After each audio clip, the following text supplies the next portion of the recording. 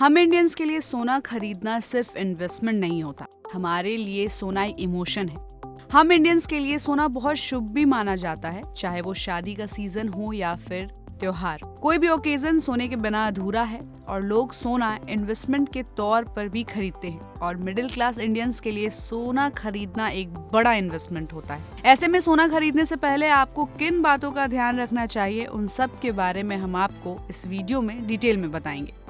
सबसे पहले बात करते हैं गोल्ड के प्योरिटी की।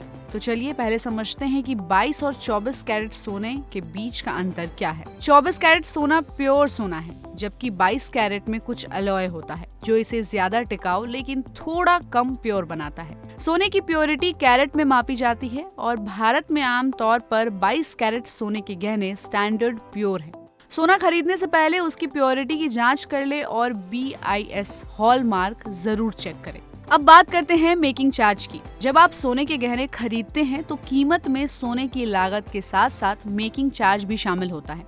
मेकिंग चार्ज ज्वेलरीज को डिजाइन करने और तैयार करने का कॉस्ट होता है। ध्यान रहे कि आप गहने खरीदने से पहले मेकिंग चार्ज को समझ लें ताकि आपको ज्यादा चार्ज न करना पड़े। सोने के वजन को खास करके खुद चेक करें, जिससे आपको कॉस्टिंग समझ आएगी और चार्जेस उस हिसाब से देने होंगे। कई बार हम जान पहचान के दुकानदार होने की वजह से सोना खरीदते वक्त बिल नहीं लेते हैं, लेकिन बिल सबसे इम्पोर्टेंट होता है। सोने के गहने खरीदते समय हमेशा रिसीट या बिल लें। इससे आपको ये साबित करने में मदद मिलेगी कि सोने के गहने चोरी होने के सिचुएशन में आपका मालिकाना हक आपके पास है। अब बात करते हैं बायबैक पॉलिसी की। कुछ ज्वेलर्स सोने के गहनों पर बायबैक पॉलिसी की पेशकश करते हैं। इसका मतलब है कि आप गहनों को बाद में एक फिक्स्ड कीमत पर जौहरी को वापस बेच सकते हैं।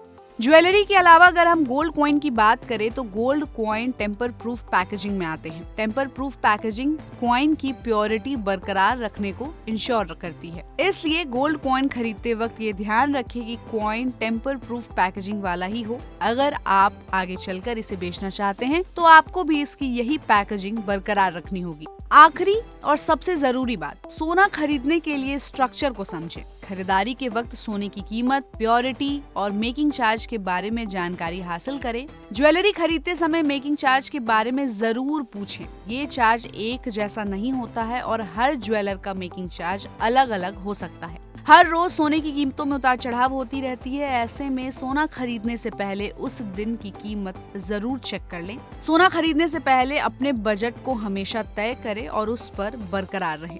तो सोना खरीदने से पहले ये सब जानकारी आप अपने फ्रेंड्स और फैमिली को जरूर शेयर कीजिए और हमें अपनी राय इस पर कमेंट बॉक्स में जरूर दीजिए।